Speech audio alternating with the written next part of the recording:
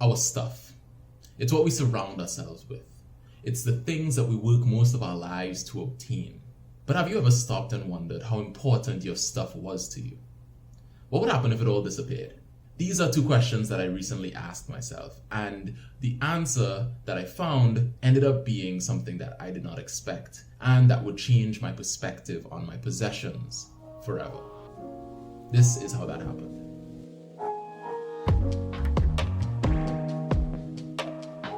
This realization started when I was practicing juggling a football in my house, and predictably, I ended up breaking something. What I broke was this cute little hedgehog mug that I got as a gift. It was from my best friend and I got it on my birthday, and just thinking of it reminded me of when she gave it to me and the gratitude that I felt in that moment. The thing is, when I looked at the mug itself, I realized that nothing had really changed. Although the mug was not intact anymore, or wasn't as whole as it used to be, those emotions that I had and that memory that I had was still very much there. The item was separate from my emotions.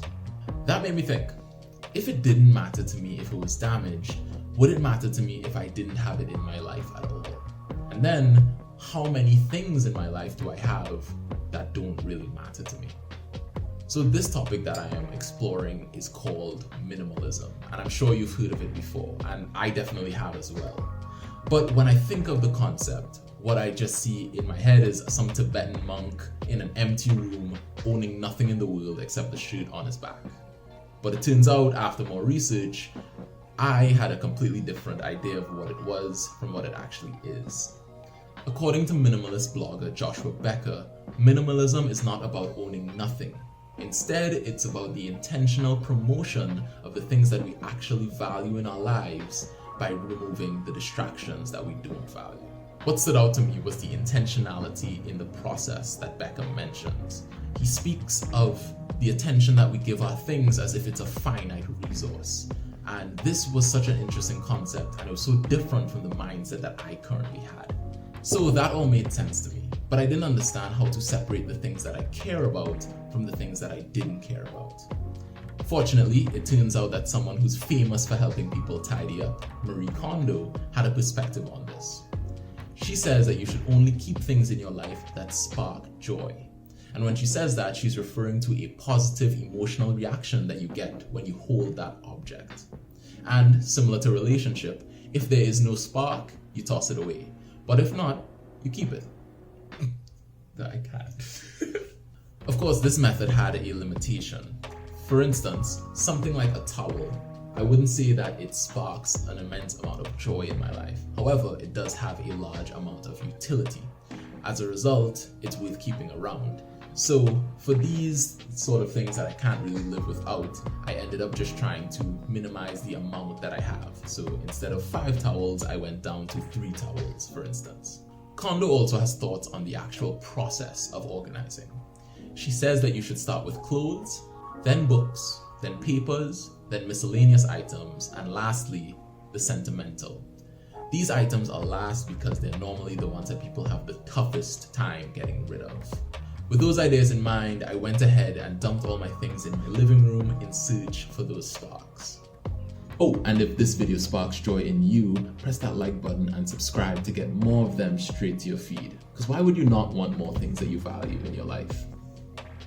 I went like that for a while, finishing the first 4 categories of things, ending up with a bin and a garbage bag that I was ready to get rid of. Now it was on to the sentimental. Here I struggled on what to do with things that I appreciated getting but had no purpose for in my life anymore. In the past, I used to think it was disrespectful to throw away a gift that you had received. But now with my change in perspective, I see that you can separate that gratitude and that emotion from the thing itself. In fact, I think it might be more beneficial because if you end up keeping something just for keeping it and it becomes clutter, you might end up resenting it and the person who gave it to you rather than feeling that gratitude. I got through these things fairly quickly, and finally I was down to the thing that had started it off, my cute little hedgehog.